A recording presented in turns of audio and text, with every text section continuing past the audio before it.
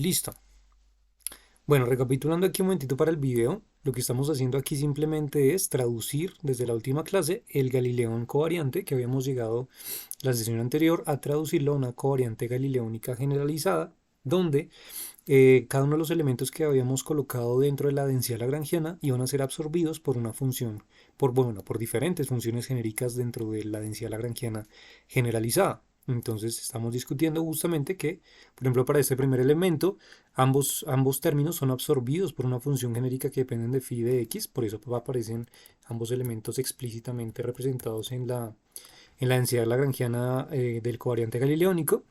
Y digamos para el segundo término tenemos exactamente lo mismo, pero relacionando el C sub 3 y la X que aparecen justamente en ese segundo término, que serán absorbidos por la función genérica G sub 3. Y así pasará con todos los elementos, con cada una de las funciones genéricas que no involucren estos elementos extra que si se dan cuenta van sobrando aparte, que van relacionados con lo que son los invariantes de esta propia densidad lagrangiana.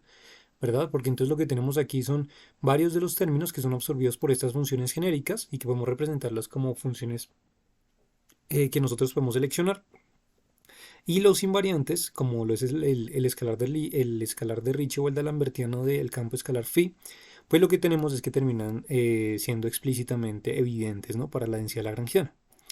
Em, mm, Asimismo pasarán para este siguiente elemento que si nos damos cuenta tenemos E sub 4x que se traduce ahora en una función genérica G sub 4, en este caso como derivada parcial con respecto al parámetro X.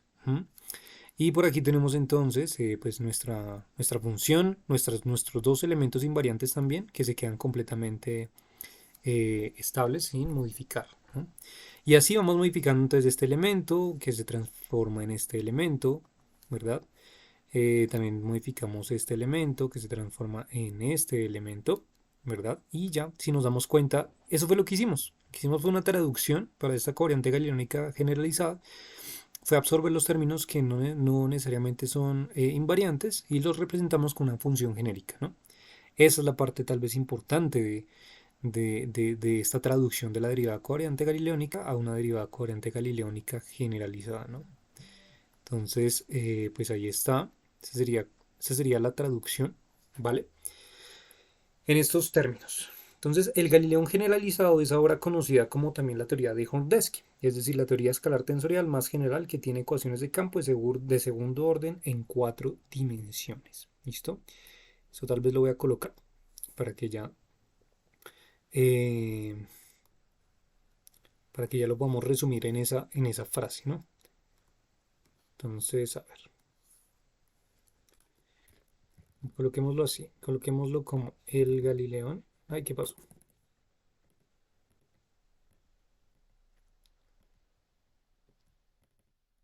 Allá.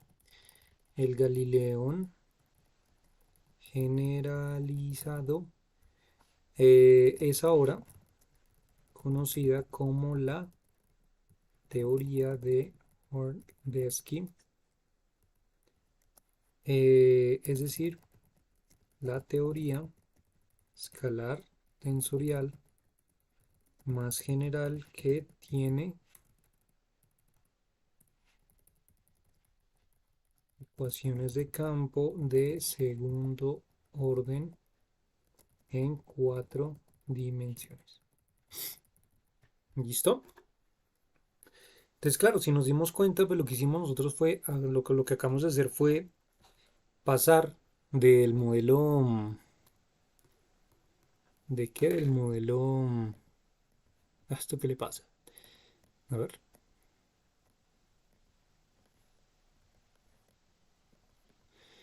bueno, ¿del modelo qué? Del modelo galileónico a la aproximación que nosotros hemos hecho de Horndeski, que sería la manera más general, que de hecho pues es la inicial que yo les mostré desde aquí, ¿no? O sea, la primera parte cuando les mostré, yo les dije, bueno, aquí cada elemento representa esto.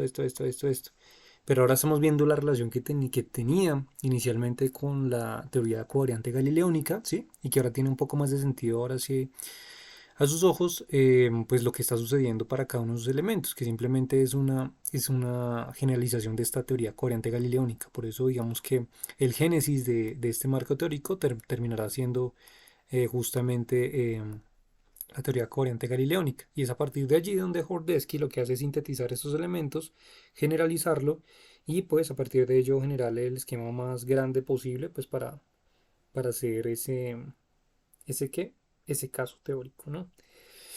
Y ya. Entonces, pues ya está. Entonces, una vez tenemos esto, pues ya lo que procedería a hacer sería empezar a verificar cómo podríamos nosotros empezar a juguetear con esos tipos de modelos, ¿no? De casos particulares de las teorías. Ahora sí lo que vamos a hacer son las teorías dentro del marco de la acción de Hordesky, que describen eso. Pero antes de eso, sí me gustaría devolver un momentito para mostrarles una cosa que habíamos mencionado, que no sé dónde está. Vamos a ver, está por aquí. Tiene que estar por aquí. Ah, aquí. Eso es, acá. Entonces, una de las cosas que nosotros habíamos mencionado justamente dentro del marco observacional y experimental es que las restricciones de algunas de estas funciones ya aparecen evidentes para el marco observacional.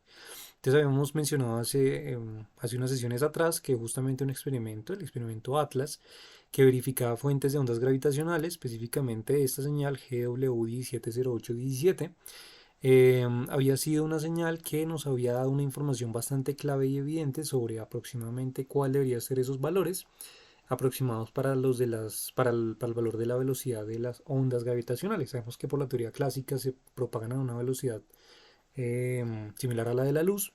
Sin embargo, estas mediciones bastante sensibles de propagación de las ondas, pues justamente lo que nos hacen es hacer entonces hincapié en esa aproximación y lo que nos permite este marco de Hordesky es a partir de esta fórmula que les había yo implementado que aparecía dentro de los archivos de los artículos de la teoría de Hordesky, ondas gravitacionales, pues lo que pasaba era que para que nosotros obtuviéramos esa velocidad, ¿verdad? Velocidad de la luz, en este caso unitaria, entonces, lo que debía pasar por obligación era que estas dos funciones, tanto g sub 4,x como g sub 5, fueran iguales a cero. Porque de esa manera se cancelaban todos estos términos y lo que nos terminaba dando era justamente el valor de 1, o sea, nuestra velocidad de la luz unitaria, ¿no? Y cuando obteníamos eso, entonces lo que pasaba era que en nuestra densidad lagrangiana, esta cosa extensa que tenía ahora 2, 3, 4, 5 elementos, solamente iba a tener estos cuatro elementos, perdón, estos tres elementos, ¿no? Que aparecen allí. O sea, una función g sub 2 genérica, que sería, que dependería de phi de x, otra función g sub 3 y otra función g sub 4, ¿vale? Haciendo que la función g sub 4, x desaparezca, o sea, que sea igual a cero. Y como es igual a cero, este cero un factor común, va a destruir todo este paréntesis. Y aparte de eso, también el g sub 5, ¿verdad? También al ser cero destruiría este término que está aquí, este término que está aquí, o sea, toda esta densidad lagrangiana sub 5 la destruye y también pues este último término, ¿no? O sea, quedándonos solamente estos tres primeros términos. O sea, de hecho, algo bastante más práctico tal vez de utilizar, ¿verdad? Entonces, esto lo digo ¿por qué? Porque justamente este esquema simplificado es el que se suele utilizar para buscar estas aproximaciones y de hecho es bien interesante que solamente con ese marco observacional que nosotros estamos relacionando aquí podemos obtener cada uno de los elementos que aparecen en las teorías alteradas de grado modificado, ¿no? ¿Dónde apareció esta cosa? Creo que la apareció en otro lugar. Ay, changos. A ver si me la puedo borrar. Esto se volvió loco. A ver, pedazo por pedazo. Ujú. Listos. Eso es. Listo, entonces más bien hagámoslo en una siguiente hoja. Voy a hacerlo acá. Entonces voy a pegarla en la formulilla esta. Y entonces vamos a empezar a... Ah, maldita sea, ¿qué pasó? ¿Qué? A ver, esperen, voy a borrar esto. Uso este open board, está re loco. Ahora sí. Ujú.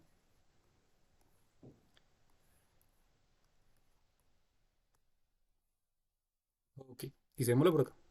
Ok, entonces vamos a trabajar las teorías dentro del marco de la acción de Hordesky. ¿Listo? Teorías dentro del marco de la acción de Horndesk. Eso es. Pues bueno, entonces, ¿qué tenemos como primer candidato para el show de aquí? Tenemos el modelo de... eh, bueno, vamos a comenzar primero por el modelo de K-esencia. K-esencia. Que por allá lo estuvimos hablando cuando estuvimos hablando del modelo de quinta esencia, ¿sí? Pero para la teoría de K-esencia, entonces lo que vamos nosotros a seleccionar es cualquier función genérica G sub 2, ¿listo? Que va a depender de phi de x, y esta parte es importante porque de hecho en K-esencia, como alguna vez lo discutimos, no se selecciona ni se especifica cuál es la función que depende de phi y de x. Recordemos que, bueno, por si acaso, ¿no? Ese x, recordemos que ese x viene relacionado por, eh, por esto de acá, ¿no? ¿Verdad? Para que no se van a confundir por allá que qué es esa x, son las derivadas, ¿no? O sea, la parte cinética, pues. La copiamos por aquí a un ladito para que la tengamos ahí a mano. Entonces, esta x, ¿no? Entonces, claro, aquí lo que tenemos son términos cinéticos, ¿no? Entonces, de alguna forma lo que tenemos es es la información, en este caso, de cómo tú quieras especificar que se va a comportar justamente el campo escalar, y aparte de eso va a depender también de sus términos cinéticos. ¿Mm? Esa sería una condición. Entonces, la condición podría ser para cada esencia seleccionar cualquier G sub 2 que dependa de phi, x, una función genérica que dependa de esos dos términos. G sub 3 tiene que valer 0, ¿vale? G sub 3 tendría que valer 0. Y por otro lado, G sub 4, la función G sub 4 simplemente debería de valer. Entonces, usualmente para estas teorías lo colocan como la masa planckiana al cuadrado sobre 2, ¿vale?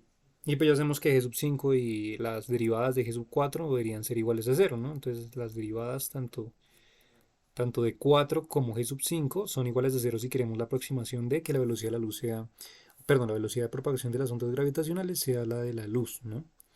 Esta masa planckiana usualmente la colocan justamente en relación al mismo elemento 1 sobre raíz de 8 pi g, ¿cierto? Que es el que siempre viene acompañando la acción. Si ustedes lo recuerdan cuando trabajamos las acciones de gravedad modificada, ¿verdad? Ese término constante que aparecía en el término geométrico, el que a veces nosotros llamábamos capa o colocamos así, o masa planckiana, es el mismo término que estamos relacionando ahí, ¿no? Y si nos damos cuenta, fíjense que G sub 4 es una constante, ¿sí? La masa planckiana sabemos que es un valor constante, ¿verdad?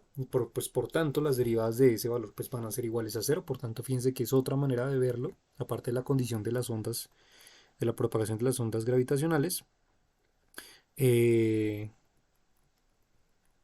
¿verdad? Que también se anulan esas derivadas, ¿no? Y G sub 5 también es cero. Entonces, una vez tú tengas esta información y esta información, cuando tú la introduzcas aquí en el lagrangiano de Horndesk, ya tienes entonces el modelo de K-esencia, ¿no? Uno que estuvimos rayando mucho fue el modelo de quinta esencia, ¿verdad? Y el modelo de quinta esencia corresponde, pues ni más ni menos que la misma cosa que acabamos de copiar, solamente que G sub 2 si nosotros lo seleccionamos con un valor definido, y ese valor definido es x menos b de phi, y el resto queda completamente igual, ¿no? Entonces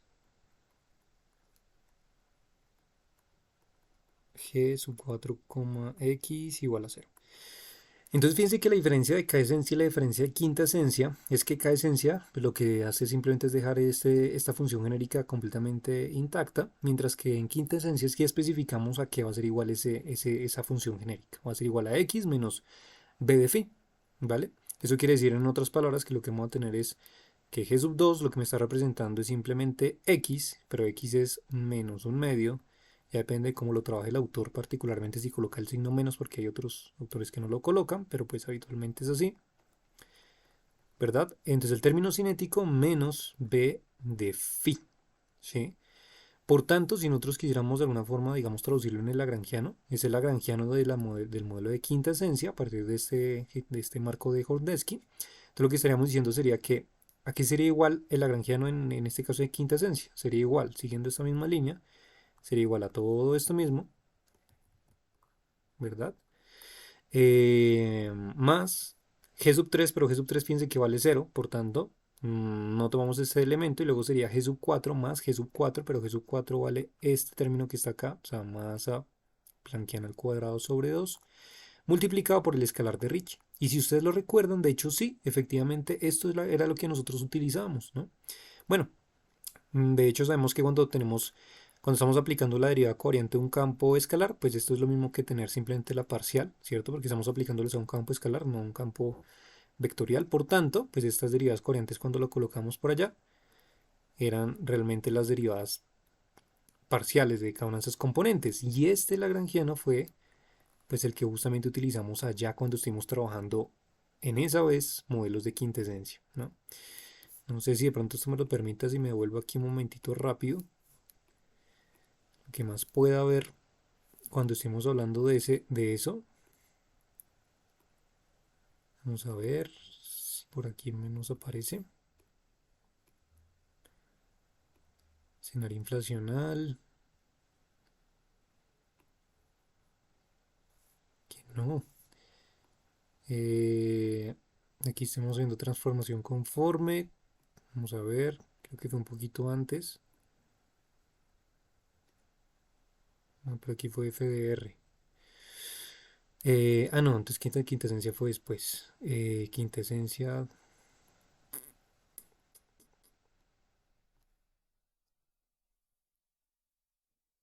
Quinta esencia, aquí está. Quinta esencia. Quiero que se fijen aquí, tal cual. Quiero que se fijen un momentito en el modelo. Maldita sea. Aquí en el modelo de quinta esencia, cuando estemos viendo el lagrangiano, que fue nuestro génesis para empezar a crear todo el marco teórico, fíjense que el lagrangiano que utilizamos en ese momento fue exactamente lo mismo que estamos colocando en este momento.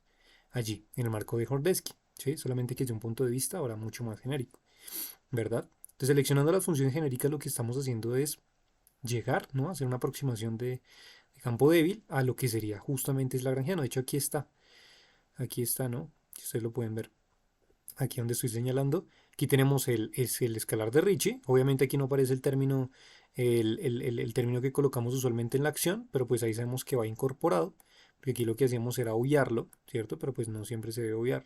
Obviamente si uno lo quiere dejar en términos genéricos. Pero aquí estaba el término, pues, digamos la masa planckiana o el 1 sobre raíz de 8 pi g. Aquí está el escalar de Ricci, la información geométrica, y aquí está la información de tanto de la parte cinética como la parte potencial, ¿no? Que es exactamente lo que tenemos en el modelo de Hordensky, pero ahora genérico. Ahí está, ¿vale?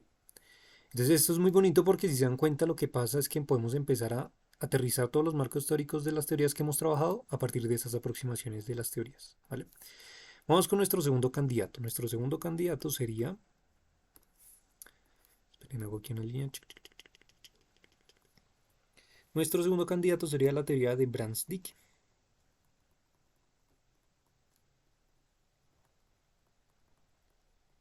La teoría de Brans-Dicke, ¿cómo la podemos obtener a partir de este modelo de Hornesky?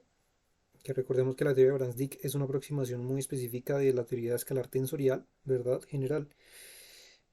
Ouch. Listo, entonces, ¿cómo lo seleccionaríamos? Para la teoría de Brans-Dicke, lo que va a pasar entonces es que nuestra función genérica G sub 2 va a tener una función muy particular que va a ser masa planckiana eh, por el parámetro omega, que nosotros allá voy a colocarlo parámetro de Brans-Dicke, el parámetro omega que utilizamos allá, si ustedes lo recuerdan, que era un parámetro constante, ¿verdad? Cuando utilizamos teorías escalares tensoriales, si lo generalizábamos, que dependía de phi, pero pues si no lo hacíamos así, solamente utilizamos Brans-Dicke, este era un parámetro constante, ¿verdad? Esto multiplicado por x menos b de phi. ¿Listo? Y las otras condiciones son que g sub 3, g sub 5 valgan cero y que g sub 4 valga un medio de la masa planckiana por phi. ¿Listo? Entonces, aquí, ¿qué es lo que estamos teniendo? Aquí lo que estamos teniendo es que Cuando especificamos, en este caso, G sub 2 como esto y G sub 4 como esto, entonces ya tenemos la teoría de Brans-Dicke. ¿Ok? Vamos a traducirlo en nuestro léxico, pues. Entonces tenemos masa planckiana omega BD sobre phi. Y esto sería entonces menos un medio de G supramu nu parcial mu de phi parcial nu de phi y menos el potencial B de phi, ¿verdad? Y ya. Bueno, y G sub 4 igual a un medio de masa planckiana por phi. Eso quiere decir que como nos quedaría nuestro lagrangiano, en este caso de Brans-Dicke, siguiendo esta convención. Entonces tendríamos, según el lagrangiano de Jourdeschi general, ¿no? Entonces dice que es G sub 2. G sub 2, ¿qué sería? Entonces G sub 2 sería esto, ¿verdad? Entonces lo podemos copiar y pegar.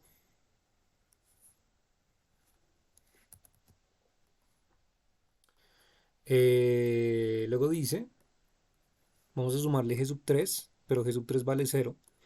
Y luego le sumamos G sub 4 multiplicado por R. ¿Y G sub 4 cuánto vale? G sub 4 vale esto de acá. O sea que tendríamos más G sub 4, o sea, un medio de masa planckiana por phi multiplicado por R, ¿no? Que es lo que dice nuestra acción de Jourdeschi. ¿Vale? Pues ya está. Entonces esto de aquí sería nuestro lagrangiano de Brans-Dicke aterrizado desde el modelo de Jourdeschi, ¿no? Vamos a verificar efectivamente si aparece algo parecido cuando estemos viendo Brans-Dicke, ¿no? Entonces vamos para atrás otra vez. Teoría de Brans-Dicke. Aquí está. Eso es. Entonces cuando estemos aquí hablando de esto, quiero que se fijen otra vez aquí. Aquí aparece la acción de Brans-Dicke, por tanto aquí este paréntesis verde sería lagrangiano de Brans-Dicke, ¿no? Entonces fíjense que obviamente, aparte de los elementos que, de los elementos constantes que yo asumí como constantes allí, por ejemplo, el 1 sobre 16 pi, quiero que se fijen que aquí yo ya lo tenía factorizado, ¿verdad? Y el resto de información lo que tenemos aquí es la parte acoplada, ¿cierto? El acople escalar tensorial del campo escalar y el escalar de Ricci, el phi por r, que de hecho nos apareció al final, según lo que acabamos de escribir. Luego tuvimos aquí el menos, el parámetro omega, fíjense el parámetro omega sobre phi, y luego tenemos la información de la parte cinética, ¿no? El campo escalar y el potencial, ¿no? Si lo comparamos con lo que estamos haciendo ahorita, pues fíjense que es exactamente lo mismo, ¿verdad? Solamente que aquí o sea, a diferencia de allá es que teníamos relacionando estos parámetros como unitarios, ¿no? Entonces fíjense que aquí tenemos otra vez el primer término que aparecía allá, el phi por r, fíjense que aquí está otra vez el phi por r, aparece el omega sobre phi, aparece la parte cinética y aparece la parte potencial. Entonces cuando seleccionamos esas funciones genéricas ya obtuvimos entonces la teoría de Brans-Dicke, ¿vale? ¿Qué más tengo por aquí? Observemos que hay teorías acopladas no mínimamente más generales dadas por los acoples. Ok, bueno, aquí hay una parte interesante. mm, que es la siguiente, que es, ok, digamos que cuando hablamos de las teorías de Brans-Dicke, que es una teoría aterrizada justamente de las teorías escalares tensoriales, y queremos obtener, digamos, la información general de la teoría escalar tensorial, ¿vale? Entonces, pues lo que nosotros seleccionamos como función genérica de G sub 2 es igual a omega de phi multiplicado por x mm, menos el potencial este de acá, ¿vale? G sub 3 y G sub 5 siguen valiendo 0 y G sub 4 lo generalizan a una función f de phi, ¿sí? Está de acá, ¿vale? Entonces aquí, bueno, en primer lugar, pues lo que hacen obviamente es colocar masa planckiana y todos esos constantes que aparecen por allí como iguales a 1, ¿verdad?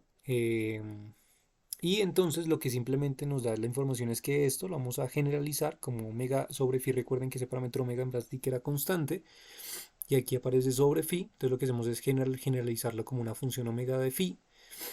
Tenemos el parámetro x. la parte cinética menos la potencial y por último tenemos ya no una función phi particular, sino cualquier tipo de función que se acople mínimamente a el escalar de Ricci R que aparece ahí, ¿vale? Entonces ahí ya tendríamos otra forma de colocar entonces nuestro lagrangiano scalar tensor, ¿no?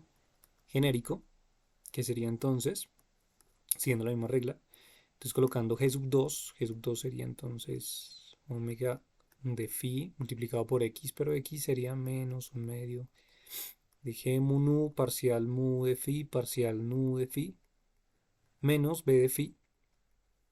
Bla, bla, bla.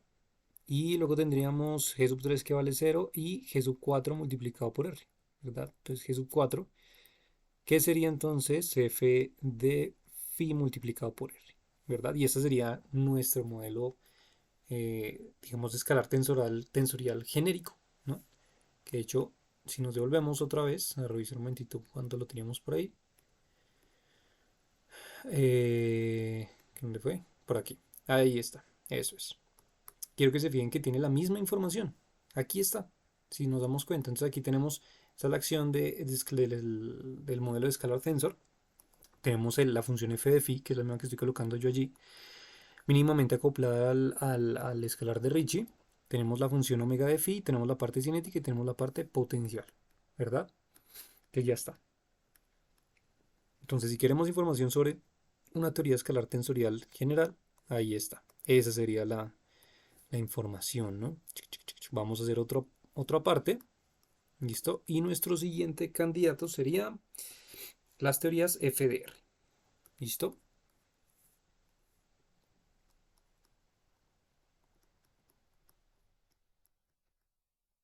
Teorías FDR, que creo que fue la primera que hablamos justamente en este curso.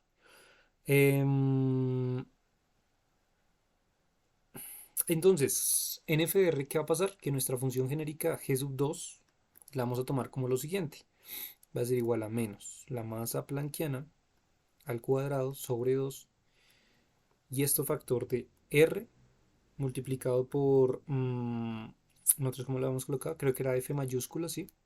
Menos F minúscula, ya les digo qué significa la F mayúscula y la F minúscula, que eso ya lo hemos discutido antes, y G sub 3, G sub 5 valen 0, y G sub 4 vale masa de Planck al cuadrado sobre 2 multiplicado por F mayúscula, ¿listo? Donde la F mayúscula, esta F mayúscula es la F de R, que era simplemente la derivada de la función f de r minúscula con respecto a r, ¿no? Entonces, claro, aquí estamos haciendo referencias a eso.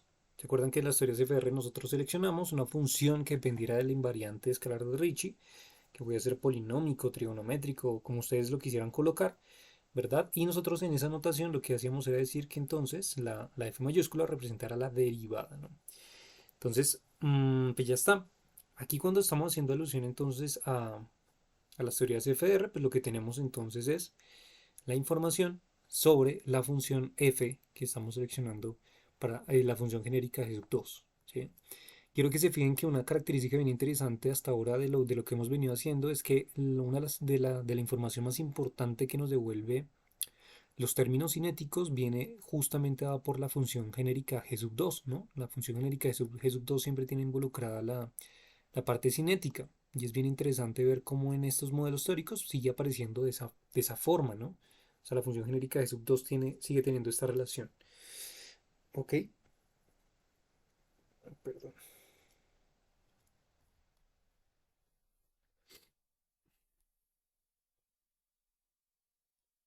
¿Listo?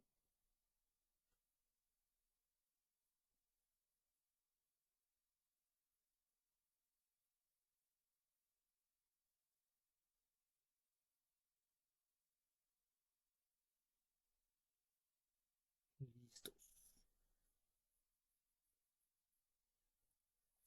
Bueno.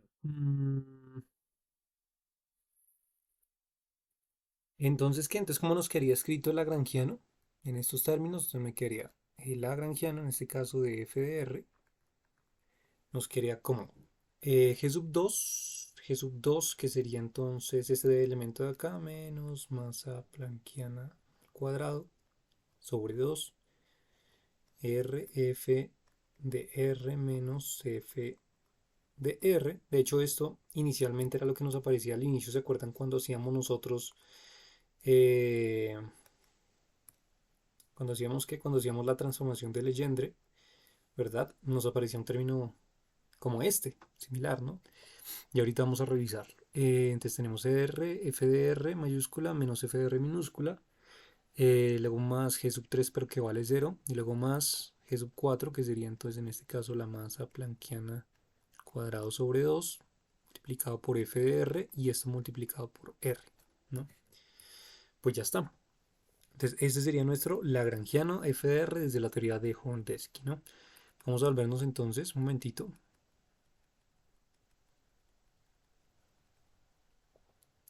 Eso es, por acá. Entonces, creo que nosotros la teníamos, era montada. Listo, está un desorden terrible. FDR, entonces nosotros hemos hecho la transformación de Legendre, creo que había sido, cuando hicimos creo que Starobinsky. Mm, sí, aquí está. Aquí sí está. Aquí está. Fíjense este término de aquí, cuando estamos haciendo la transformación conforme, que simplemente era, o sea, cuando íbamos a tocar el tema de la transformación conforme, antes de hacer la transformación conforme, podíamos reescribir la función f de r como esto, ¿no? Como r por f mayúscula de r menos y, donde y era esto, ¿verdad? Entonces, claro, aquí está la relación que estamos colocando allá, ¿verdad? El r mayúscula, f de r mayúscula, menos f de r minúscula. ¿Mm? Allí está la información relacionada con ello, ¿vale? Que viene involucrando justamente pues nuestro marco de FDR, ¿no? General, pues. Entonces,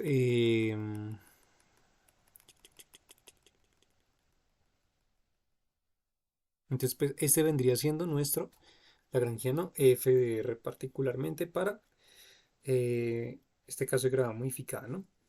Listo.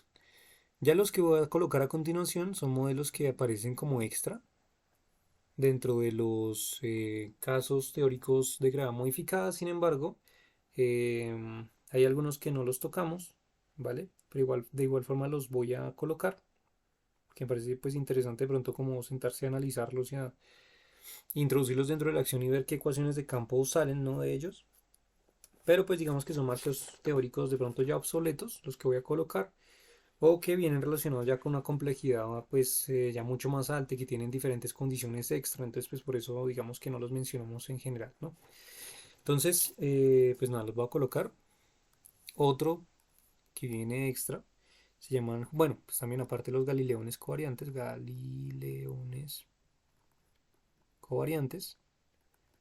o sea, el clásico, o sea, de donde partimos, ¿no? El génesis, o sea, ya tenemos la general, ahora volvamos otra vez a lo clásico. Entonces, para ello, pues lo que tenemos que seleccionar es g sub 2 igual a una función beta 1 por x menos m a la 3 por phi, ¿vale? G sub 3 valdrá otra función beta a la 3 por x. G sub 4 valdrá masa planckiana al cuadrado sobre 2 más b sub 4x al cuadrado. Y G sub 5 valdrá b sub 5 por x al cuadrado. ¿Listo? Donde los parámetros beta 1, beta 2, beta 3, perdón, beta 1, beta 3, beta 4 y beta 5 son constantes y también la masa son constantes. ¿Ok? Y en este caso, pues este término que aparece por aquí como raro, exótico, que apareció, que no había aparecido antes, viene relacionado con el potencial, cuando se selecciona particularmente ya el potencial directamente relacionado como m a la 3 por phi. ¿Listo? O sea, esto realmente es el potencial. ¿Listo? El beta 1, beta 3, beta 4, beta 5 y m son constantes, ¿vale? ¿Listo? Ya está. A ver, ¿cuáles más tengo por aquí? Aparece una también que se llama acoplamientos derivados, se llama este. Entonces, hay otro caso más que se llama acoplamientos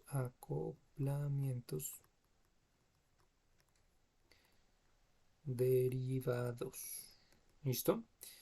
Mm, entonces, este acoplamientos derivados selecciona la función g sub 2 como lo siguiente: es x menos b de phi, g sub 3 vale 0, g sub 4 vale m planquiano al cuadrado sobre 2 y g sub 5, que antes no aparecía, ahora sí aparece, vale c por phi. Bueno, esta sí está como raro porque pronto se confunde con la velocidad de la luz, más bien coloquemos alfa de phi. ¿Listo? Entonces, donde c es, perdón, de alfa es una constante. ¿Listo? Y pues aquí lo que tenemos sería que Lagrangiano va a estar relacionado con el término cinético explícitamente, ¿sí? B de phi, este término constante que va a estar acoplado con el escalar de Ricci, y el g sub 5 que antes no aparecía, que ahora sí, si nos damos cuenta y nos volvemos un momentito antes de haber simplificado esta cosa, pues antes, ¿verdad? Había un término para g sub 5, pues que esa cosa quedaría una cosa monstruosa si tomamos en cuenta este elemento, ¿no? ¿Verdad? Este elemento. Pues porque las derivadas en este caso valdrían cero, pero este elemento pues nos quedará una cosa más grande todavía, ¿no? Entonces, pues ya está. Este es el marco teórico que se llama acoples derivados, pues ya que, ¿por qué se llama acoples derivados? Porque está relacionado con, bueno, si nos vamos otra vez, me vuelvo por aquí atrás. Cuando yo introduzco aquí la constante alfa multiplicada por phi, multiplicado por esto, fíjense que está quedando acoplado justamente el tensor de Einstein, con las derivadas respectivas del campo escalar y el campo escalar en sí mismo, ¿vale? Entonces este acople particularmente se le llaman acoples derivados. Pues ya está, eso es. Tenemos otro acople dentro de esta literatura que se llama el acople de Gauss-Bonnet. Acople de Gauss-Bonnet. ¿Listo? Eh, listo. A ver.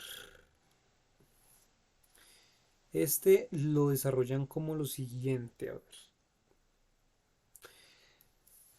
Lo desarrollan generando un acople de... Este símbolo nunca lo he podido hacer bien. Donde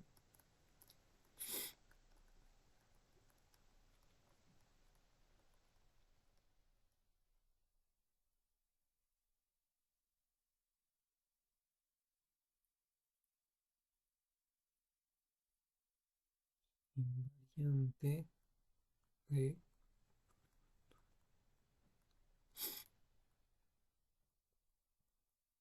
Gauss-Bonnet. Eso es.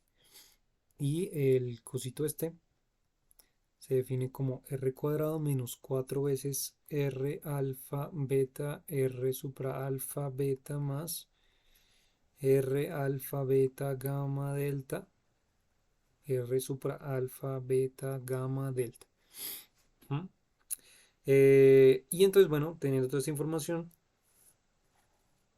entonces se selecciona que G sub 2 va a ser igual a x menos b de phi más 8 veces entonces la función eh, por la cuarta derivada, ¿no? Entonces ya les coloco la notación que usualmente se coloca en esto, de phi x cuadrado 3 menos logaritmo de x, esto queda una cosa monstruosa. Luego tenemos g sub 3 que va a ser menos 4 la función en tercera derivada de phi por x 7 menos 3 logaritmo de x. Tenemos g sub 4 que es igual a masa planquiana al cuadrado 2. Aquí serán segundas derivadas de phi x2 mismo de x. Y tenemos g sub 5 que sería menos 4 función primera derivada de phi logaritmo de x. ¿Listo? donde hacemos referencia entonces a que esta función, a la enésima derivada, pues simplemente es la derivada enésima de la función con respecto a phi, ¿no? Eso es. Listo. Esta usualmente se relaciona con el modelo de Gauss-Bonnet, donde quiero que se fijen, pues particularmente el caso de Gauss-Bonnet implica más de un invariante dentro del marco teórico, ¿sí? Que de hecho creo que lo discutimos cuando estuvimos viendo FDR, porque aparte de tener una función, en este caso cuadrática del escalar de Ricci, que también termina siendo un invariante, ¿cierto? Así como Starobinsky lo utilizó, pues lo que hace este modelo de Gauss-Bonnet es acoplar también otros dos invariantes importantes dentro del marco teórico, como es esta contracción, por ejemplo, perdón, es esa multiplicación contravariante y covariante del tensor de Ricci, y también la multiplicación del tensor de Riemann contravariante y covariante también, ¿vale? Ambos, tanto este como estos dos, son invariantes también dentro del marco teórico, solamente que Gauss-Bonnet lo que hace es acoplar justamente esos tres elementos invariantes de la teoría en uno solo, ¿vale? Pues ya está. Vamos a ver qué más tengo por aquí. Hay una que se llama, que esa realmente siéndoles muy sincero no he entrado tanto a analizar, que se llaman los trenzados cinéticos. Igual se los voy a colocar. Vamos a ver. Se llama trenzados cinéticos. Cinéticos. Yo tengo una pregunta. Sí, sí, sí, dime.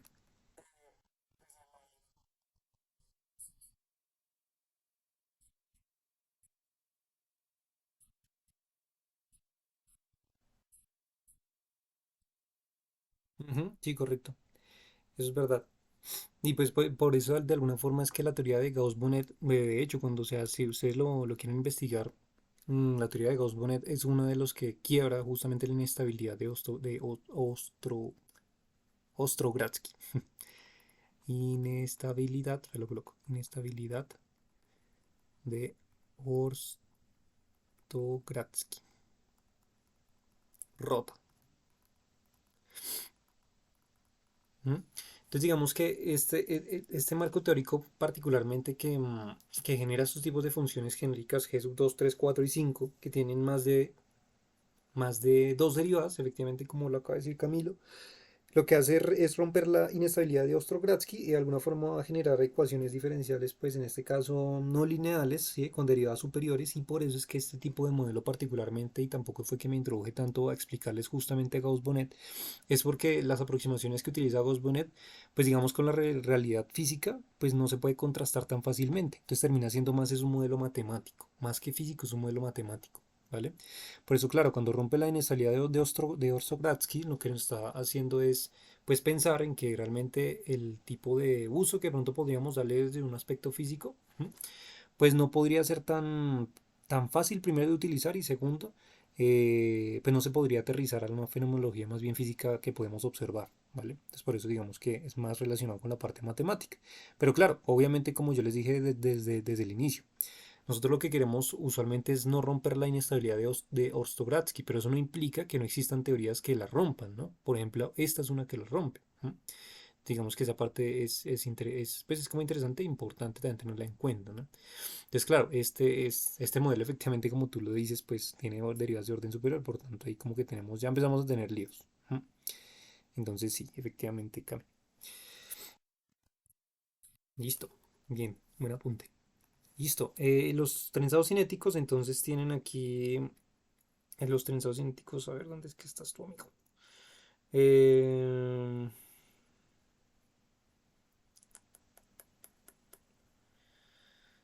ok. El trenzado cinético mm, simplemente se define como la función g sub 2 phi de x más g sub 3 phi, x del lambertiano de phi más g sub 4 de phi por r. O sea, es exactamente con el que arrancamos desde el inicio. Este acá arribita. Este acá arribita. O sea, es mejor dicho, el lagrangiano de Horndeski simplificado, teniendo en cuenta el caso de la velocidad de la velocidad de propagación de las ondas iguales a la velocidad de la luz, ¿no? O sea, esto de aquí ocurre cuando C es igual a 1, ¿no? Entonces los trenzados cinéticos mmm, y sus extensiones, a veces le colocan trenzados cinéticos y sus extensiones, simplemente es tener en cuenta la condición que habíamos hablado inicialmente, ¿verdad? De la velocidad de propagación de las ondas y dejar las funciones de manera completamente genérica, pues sin manipular ningún tipo ahí de función extra, ¿vale? Eh, Aquí dice que el escenario de entrelazado cinético corresponde al caso mínimamente acoplado. Mm, ¿Dónde está esto? Pues sí, el caso mínimamente acoplado. O sea, el caso donde tenemos justamente tanto la función genérica acoplada al campo, en este caso nuestro escalar de Ricci, pero también está acoplado al otro invariante, al de Lambertiano de Phi, ¿m? Y nuestro término G sub 2. O sea, hemos dicho, las funciones que aparecen allí genéricas están mínimamente acopladas, todos los términos sumando, ¿vale? Entonces, pues ya. Este aquí serían los trenzados cinéticos y las extensiones que se puede sacar a partir de ello, ¿vale? Y entonces aquí tenemos ya en resumidas cuentas cómo podemos llegar a cada uno de los modelos teóricos utilizando la teoría de Horndeski, ¿verdad? Mm, Simplemente definiendo las funciones genéricas, ¿no? Y eso tal vez puede llevarles a ustedes a pensar que podríamos nosotros, por ejemplo, a partir de la teoría de Horndeski, o sea, digamos que un planteamiento, por ejemplo, alguien que quisiera innovar, ¿no? Por generar un tipo de gravedad modificada completamente nueva, pues podría ser obviamente arrancar desde cero, así como inició desde cero teorías FDR o Brans-Dicke y demás, ¿verdad? Pero ya tenemos un modelo madre y ese modelo madre lo podemos utilizar justamente a nuestro favor para crear un marco teórico completamente nuevo donde definamos nosotros las características de G sub 2, G sub 3, G sub 4, 5, ¿verdad? Que estarían acopladas en este caso a nuestra densidad lagrangiana de Hornbesky, ¿verdad? Y a partir de ello pues llegar a los diferentes tipos de teorías. Entonces si nos damos cuenta estamos en la cúspide en este caso de una teoría de cuatro dimensiones, ¿no? General de la relatividad donde podemos empezar a ramificar todos los tipos de marcos teóricos que hemos venido acoplando, escalares tensoriales, ¿no? Que es importante. Es un marco es para un marco genérico, completamente genérico de campos de escalares y tensoriales. ¿M? Entonces, claro, si queremos hacerlo, entonces podemos definir los tipos de funciones genéricas que quisiéramos en este caso, ¿verdad? Y empezar a juguetear, pues matemáticamente, más como un jugueteo matemático, a ver qué pasaría si, ¿no? Introduciríamos, por ejemplo, una función genérica de sub 2 que tuviera esas características que yo le quiero colocar, G sub 3, 5, ¿verdad? 4, y ver qué pasa, ¿no? Entonces, pues digamos que esto en resumidas cuentas es lo que hace la teoría particularmente viable de Hordesky y pues es lo que a fin de cuentas resume los tipos de gravedades modificadas que hemos trabajado hasta ahora de cuatro dimensiones, ¿verdad? Y así entonces para la siguiente clase, pues ya lo que nosotros haríamos, ¿verdad? Como les acabo de mencionar, pues ya no sería trabajar un modelo de cuatro dimensiones, sino introducirnos ahora un modelo de dimensiones más altas, en este caso una dimensión más, como lo es la teoría de Kaluza-Klein, y ver entonces qué pasa cuando rompemos toda esa vaina. Porque es que lo interesante cuando vayamos a introducir el otro marco teórico de Kaluza-Klein es que al solamente introducir una coordenada más dentro de este espacio de cinco dimensiones ahora, estas vainas se van a volver locas porque van a aparecer un grado de libertad más y eso va a implicar una fenomenología detrás, ¿no? Y una implicación física inclusive detrás. O sea, solamente añadir una coordenada más implica todo un fenómeno físico que se va a ver representado en nuestra realidad física de cuatro dimensiones, ¿no? Que va afuera de este caso de, que de cuatro dimensiones de la teoría de Hordesky. ¿Listo? Em, y ya, yo tengo por aquí un apunte final. Yo creo que con esto ya finalizamos el día de hoy. Aquí fue cuando hablé de Lovelock. No sé dónde está Lovelock.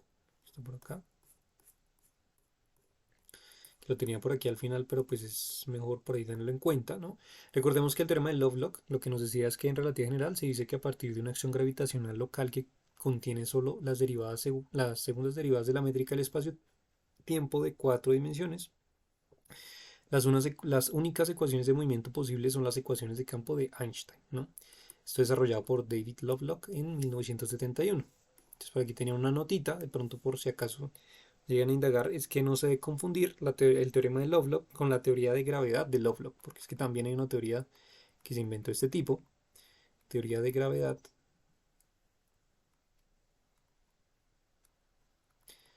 teoría de gravedad de Lovelock.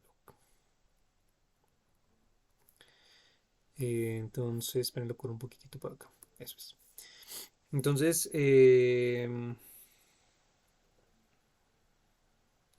¿qué? Lo que hace de alguna forma, o lo que implica, si simplemente ya en resumidas cuentas, para no entrarme ya mucho en este tema, es que la teoría de gravedad de Lovelock, también desarrollada en 1971, eso es. Eh, pues simplemente es una teoría como la teoría que generaliza la relatividad general, conservando el orden de las ecuaciones de movimiento en un número arbitrario de dimensiones de espacio-tiempo. ¿Mm?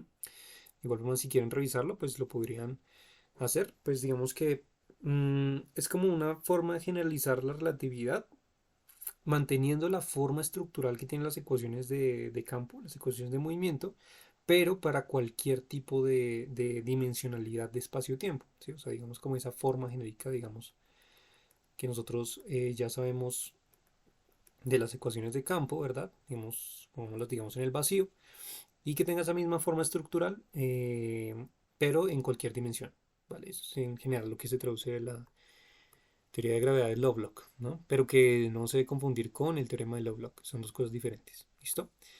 Y ya, eso sería todo, ahora sí ya para finalizar este cierre concretamente, listo, de estos modelos de gravedad modificada. Y ya nos vamos a meter con el más locochón de todos, me parece a mí, por lo menos uno de mis favoritos, que es teorías de altas dimensiones. ¿Listo? Entonces, pues los invito de pronto a que se echen una revisada, particularmente dentro de la bibliografía que tienen allí en el Drive, para revisar un poquito acerca de estos modelos si quieren entrar más en detalle, pronto más, con más detalle de cada uno de estos submodelos que aparecen, porque allí hay más información, ¿no? Entonces, ya para la próxima clase vamos a abordar lo que son este caso de Kaluza-Klein y vamos a revisarlo a detalle y tratar de deducir los cálculos que aparecen. ¿Listo? Entonces, para los de la grabación, les agradezco mucho. Entonces, estaremos viéndonos la próxima clase. ¿Listo? Bye.